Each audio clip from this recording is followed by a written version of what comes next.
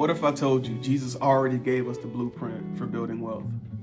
What if I told you that Jesus already gave us the blueprint for managing money? What if I told you that Jesus already gave us the blueprint for walking in purpose? And he did it all in one parable. Well, in this video, we're going to be breaking down Matthew chapter 25, verses 14 through 30, and showing you how to apply this to your real life today. So before we get into the actual text, I do want to start this off with a summary, right? The bottom line up front for my military people out there. I do want to start this off with a summary of the story that we're about to read, or the parable that we're about to read, right? So the parable is that Jesus tells us a story of a master who entrusts 3 of his slaves with different amounts of talents, okay? And back in this time, talents were money, were currency, right? It was a resource. 2 of the 3 servants invested the money and multiplied it. The other hid his talent and did nothing with it. When the master returned, he rewarded the diligent, the 2 who invested and multiplied. Then he rebuked the lazy, right? The one who hid and did nothing. Okay, so that's a brief synopsis of what we're going to read here in the text. Now, I do want to highlight, okay, this isn't just about money, all right? This is about how we handle everything that God gives us. Things like our time, our influence, our opportunities, and of course, yes, our finances. All right, fam, so we're about to go through this thing verse by verse. I'm going to be reading from the English Standard Version. So, if you want to follow along, feel free to do so. We're going to start at verse 14, okay? So it says, for it will be like a man going on a journey who called his servants and entrusted to them his property. All right, so I want you to think of it like this, okay? The man in this parable could represent Jesus.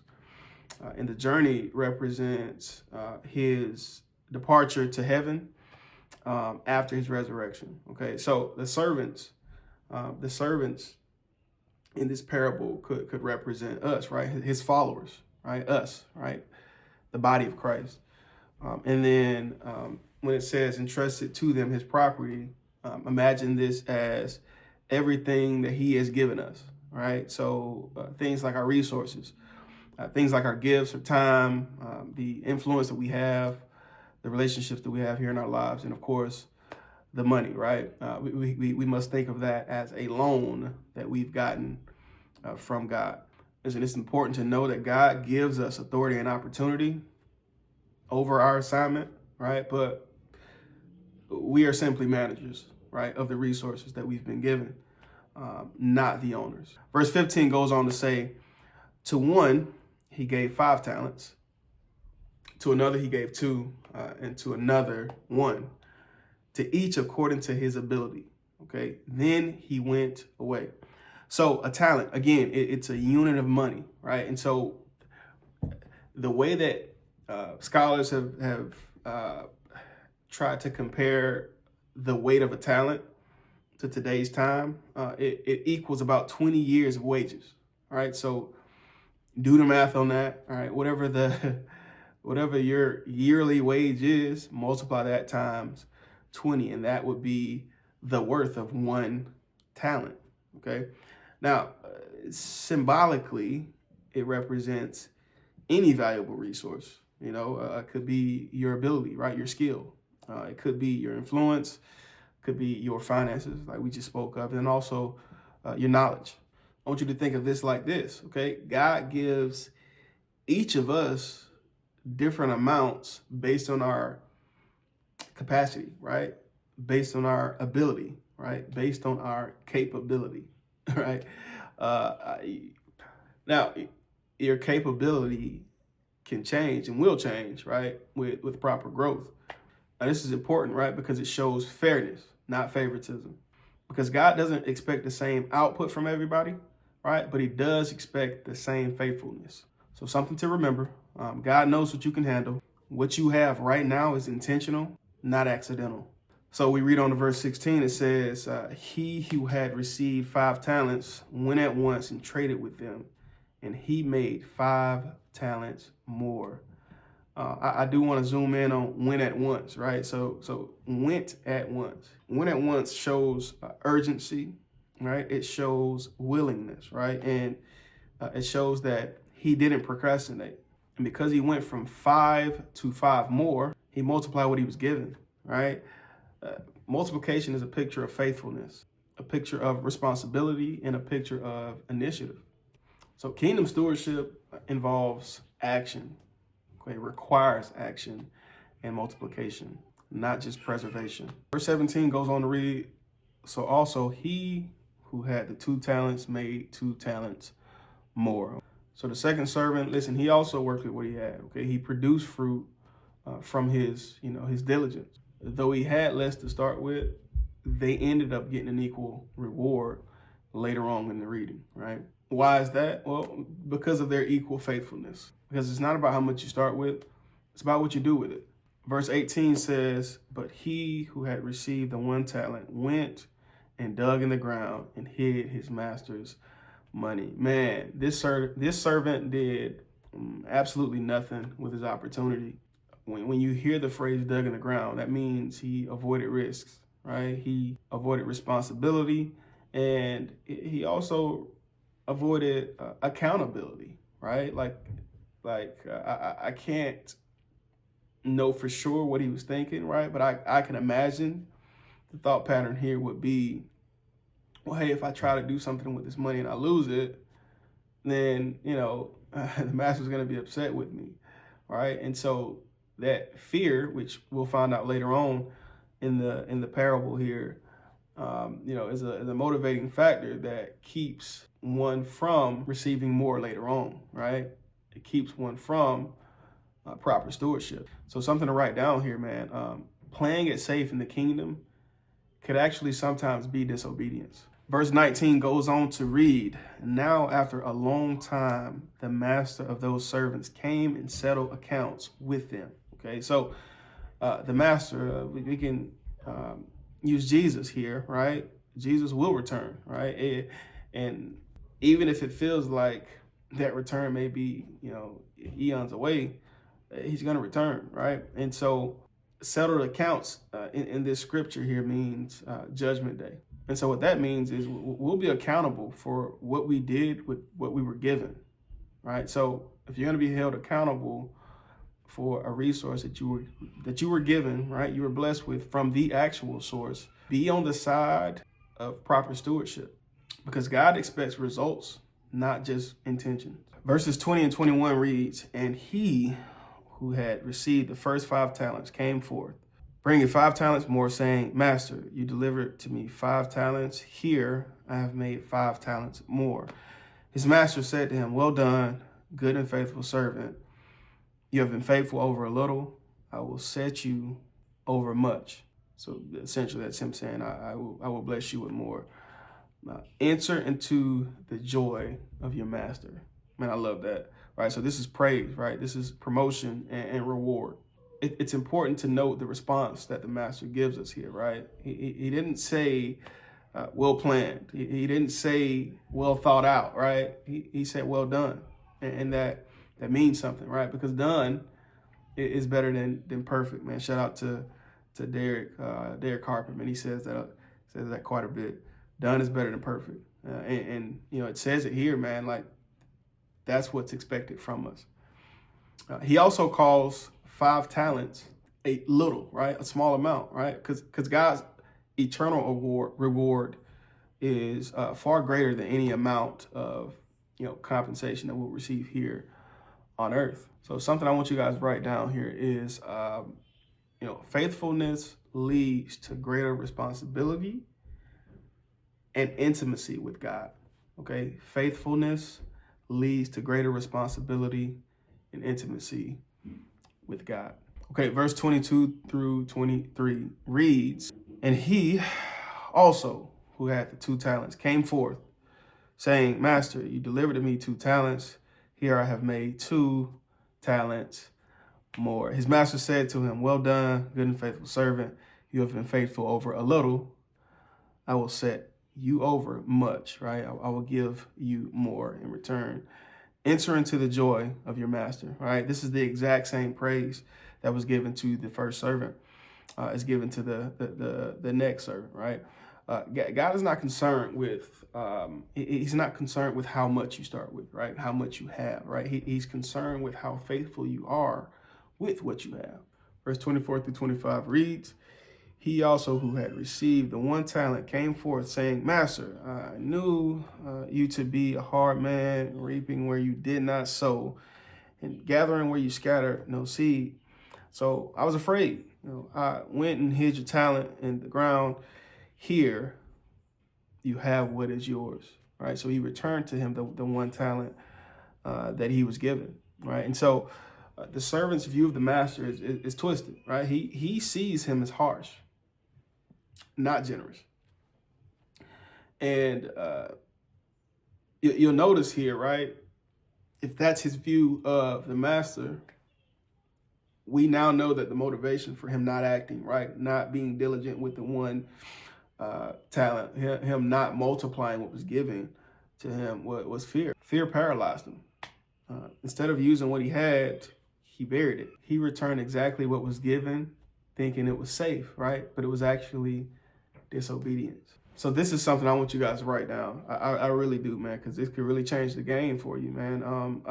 A wrong view of God leads to a wrong response of his gifts. Fearful Christians often hide gifts, talents, callings, and miss their purpose. Not only have I done this, I've done this recently. Give you a quick example. I, just for the sake of the video, I assist my church in kids ministry. And, I've been doing it now for almost 2 years, maybe 2 years. I'm not sure. Time has flown by. But I was offered an opportunity to, to speak more, right? To essentially lead the lesson.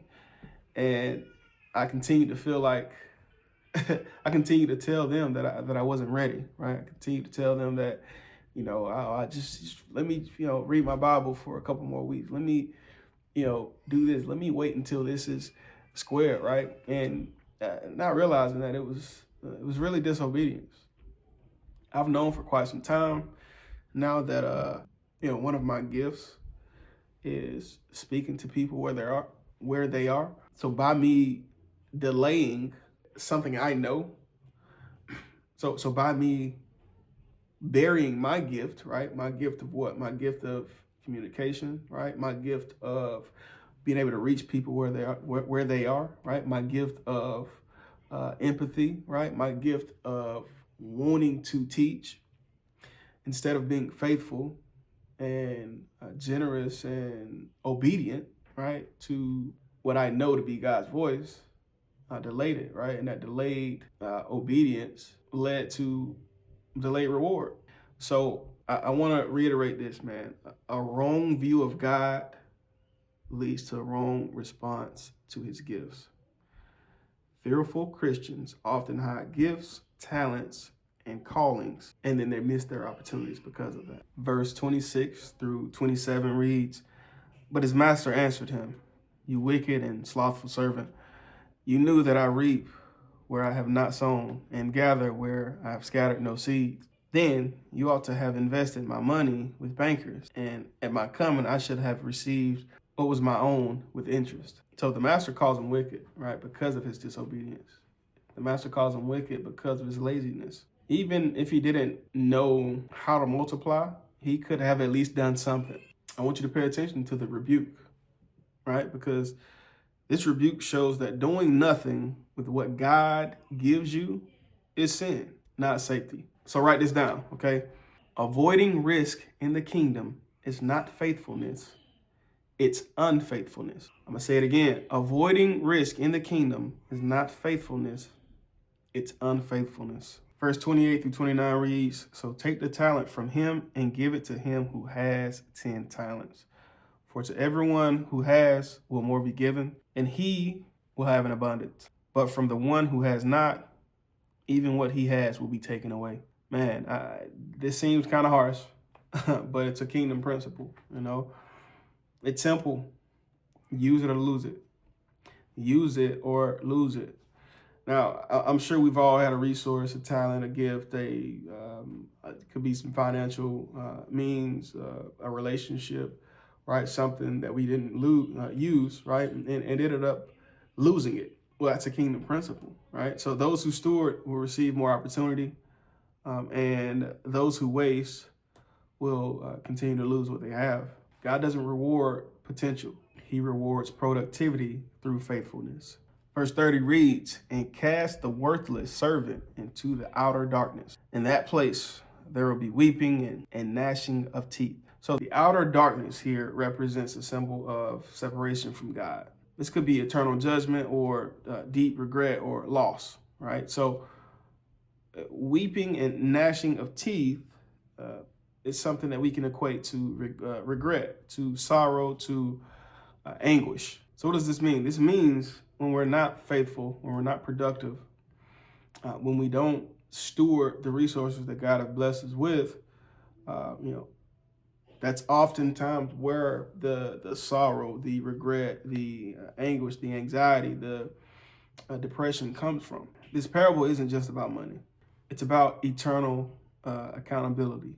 There are eternal consequences for what we do or don't do with the gifts and resources that God has given us. So now that we're done with our reading, how can we actually apply this stuff in our day-to-day lives? The first thing that we can do here is to acknowledge God as the owner of all the resources that we have, all the skills that we have, the time that we have, the money that we have, right? We have to acknowledge God as the owner, right? And through that acknowledgement, we are accepting that we are managers, okay? We are simply managers of what, he's blessed us with. Right, very important. The second thing that we can do today is to know what we've been given. Right, so take account for every gift that you've been given. Right, if you don't know, that's fine. Right, you can also phone your friends. Right, the people that know you the best, your family. Right, ask them, hey, what are some things that I do well? Like, what are some things that you've noticed about me that you feel I do better than the average person? Right, this could be an indicator of a spiritual gift that you've been blessed with, right? Or are you a better communicator than most people? Are you a great teacher, right? Or are you someone who is naturally generous, right? Are you someone who is, naturally just empathetic, right? Like, are you someone who, loves to spread the gospel, right? Like, your people, your circle, right? They will know these things about you. And if you don't trust someone to give you, a proper, survey of your skills, you can actually take a real survey online. And again, it's a spiritual gifts test. But also, when I say know what you've been given, know how much money you have coming in, right? Like know your income, know what assets you have, right? Know what time you have available, okay? And ask yourself, am I maximizing what I already have? If the answer is yes, great, man. Continue to do that, right? In due time, you will reap the reward. If not, hey, budget accordingly and budget based on your actual capacity, okay? We're not wishfully thinking here, right? Budget based on what you're actually capable of. The third thing you can do is to use what you have immediately and intentionally, okay? Listen, reference here was the verse 16, where it said, he who had received 5 talents went at once, right? And traded with them. Don't wait. What you waiting for? Don't do that. You've done enough of that up to this point, man. Take action now. All right. So what does that mean? Like what does it mean to take action, specifically when speaking about finance? Well, create a budget, right? And if you need assistance with that, right, or a software to assist you in doing that, you can use the app Every Dollar, right? That's one that I recommend everyone use. It's easy to use. It's free. They do have a paid version where you can connect your bank account to it, but you don't need to do that, right? Create the budget.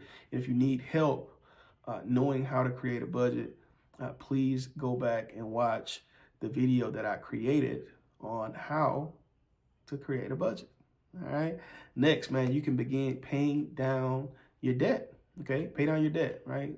We know the debtor is enslaved to the lender, right? We don't want to be enslaved to anyone, right? We want to be followers of Christ, and that's it. Next, set up an emergency fund.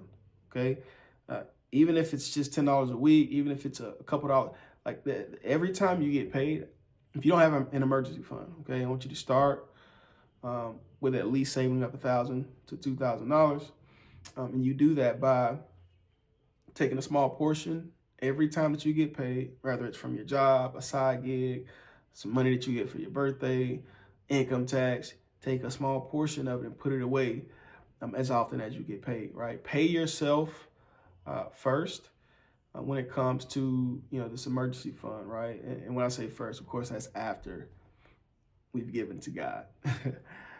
And then last, explore side income and explore other ways to increase your value at work, okay? Now, listen, the whole parable started with these servants being given an amount of money, right? An amount of talents based on their capacity, right? So if you want more talents, right? If you want more resources, if you want more income, build your capacity, right? And you build your capacity through learning more skills, right? Becoming more valuable at work, and speaking up about your value, right? Let your managers know that, listen, this is what I've done up to this point, and I feel like I should be earning a higher wage, okay? Respectably, of course, and wait for a response. If they respond with a no, right? Ask them for some actionable steps that you can start taking today in order to get that pay increase or that promotion. The fourth thing we're going to do here is multiply what you've been given, okay? The verse reference here, going back to verse 16, it says, and he made 5 talents more, right? So he multiplied what he had. We have to be intentional.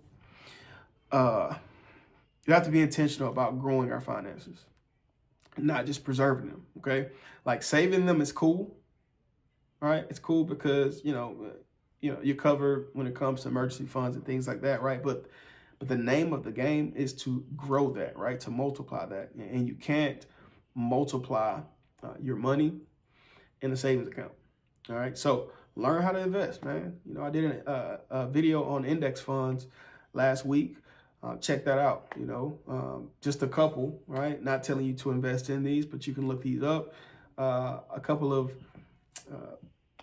index funds or ETFs include VTI, right? VOO, okay? And SPY, all right? Those are pretty standard, index funds that you can invest passively in, and you can do that through setting up a brokerage account and, paying to that account regularly so that money gets invested for you. Next, man, you can take a course on, financial literacy, right? Or read a book. Listen, if you're watching this video, it tells me that you are serious about, multiplying your finances, right? You are serious about your financial literacy. And I love that, right? Continue to grow that, continue to nurture that. And, if there's something specifically that you like me to talk about here on this channel, don't hesitate to drop a comment. And I'd love to, continue to expand your mind so that you can then expand your wealth, so that you can use it as a tool to, expand the kingdom of God. And then lastly, avoid leaving money sitting on the table, okay? Do not leave money sitting on the table, right? What does that mean? That means if you already have an emergency fund, don't just leave the money in your savings account, okay? Invest it. Very, very, very important, okay? Invest it. Take promotions when they're offered and maximize your capability, right? Like some of us are operating at a small percentage of what we're actually capable of, right?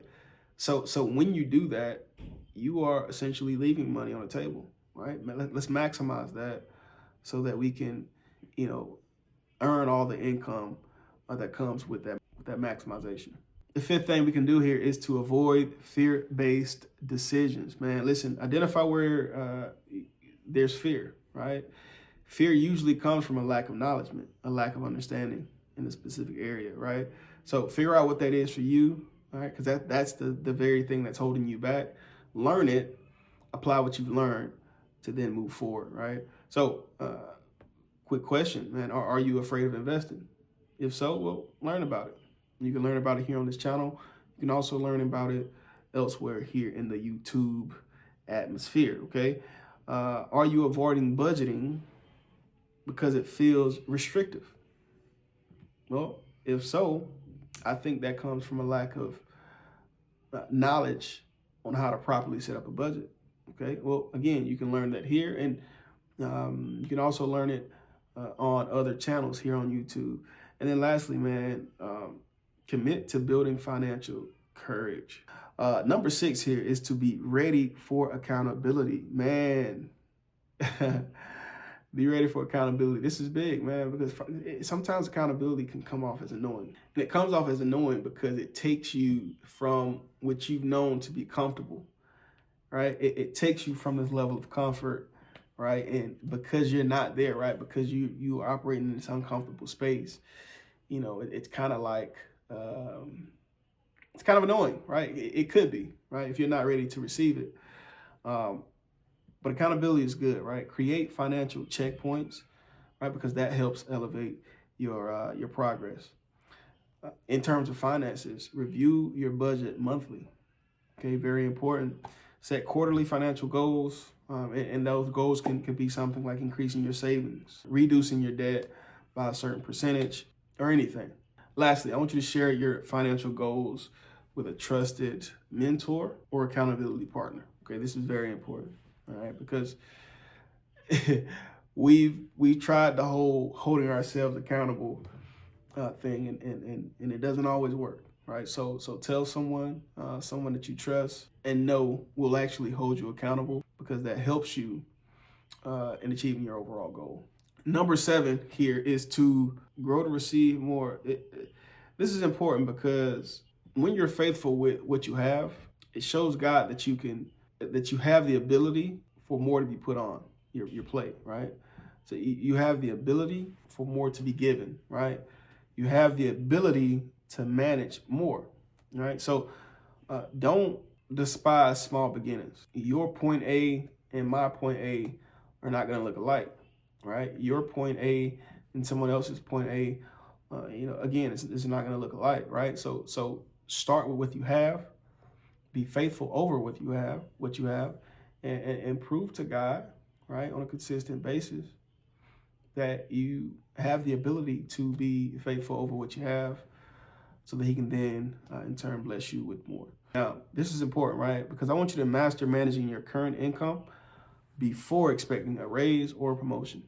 If you can master and maneuver the amount of money that you have now before you get that pay bump, that pay increase, oh man, you're gonna be a dog when it's time for that additional income to hit your account, man. So master your current income before expecting the raise, before expecting that promotion. And then lastly, man, develop character and habits that can handle more. I think your character is made up of your habits. All right, so if you have a character that you don't really like, right? Like if you have a character that you're not proud of, well, that's fine, because we know that habits over a prolonged period of time creates or makes up your character, right? So in order to change your character, change your habits, right? Character is the output, right? The habits are the input. And so obviously we know to change any output or outcome, we have to change what we put in. And so, build good habits. What does that mean in the finance world? Do not spend more than you make. Pay yourself, be generous, and again, do not take on more than you can afford, okay? Debt, consumer debt, keeps you drowning, all right? Avoid that like it's the plague, because it is.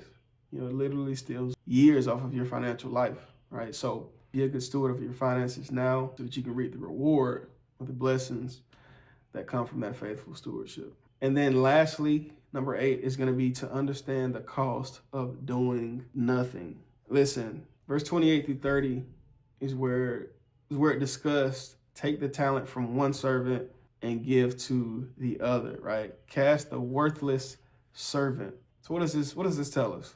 This tells us to avoid financial passiveness. It's not neutral, it's costly. So ignoring debt and not planning for retirement can have eternal consequences, not just financial ones. So I don't want you to bury your money or not use your gift out of fear. Fear of what? Fear of losing your money, fear of your gift embarrassing you in some way. I don't know, right? But what you should do is use your money and use your gift with purpose. So a quick recap, the biblical principle and the actionable step. The biblical principle here is God owns it all. And the actionable step here is manage money prayerfully and purposefully. The biblical principle says you're given based on your capacity. The actionable step here is to budget according to what you have. The biblical principle says to start immediately.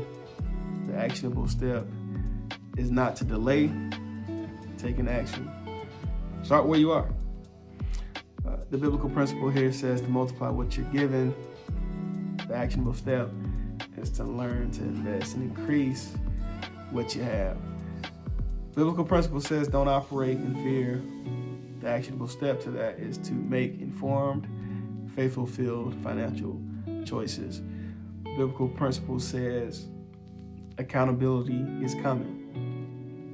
The actionable step is to set goals, track progress, and get financial accountability.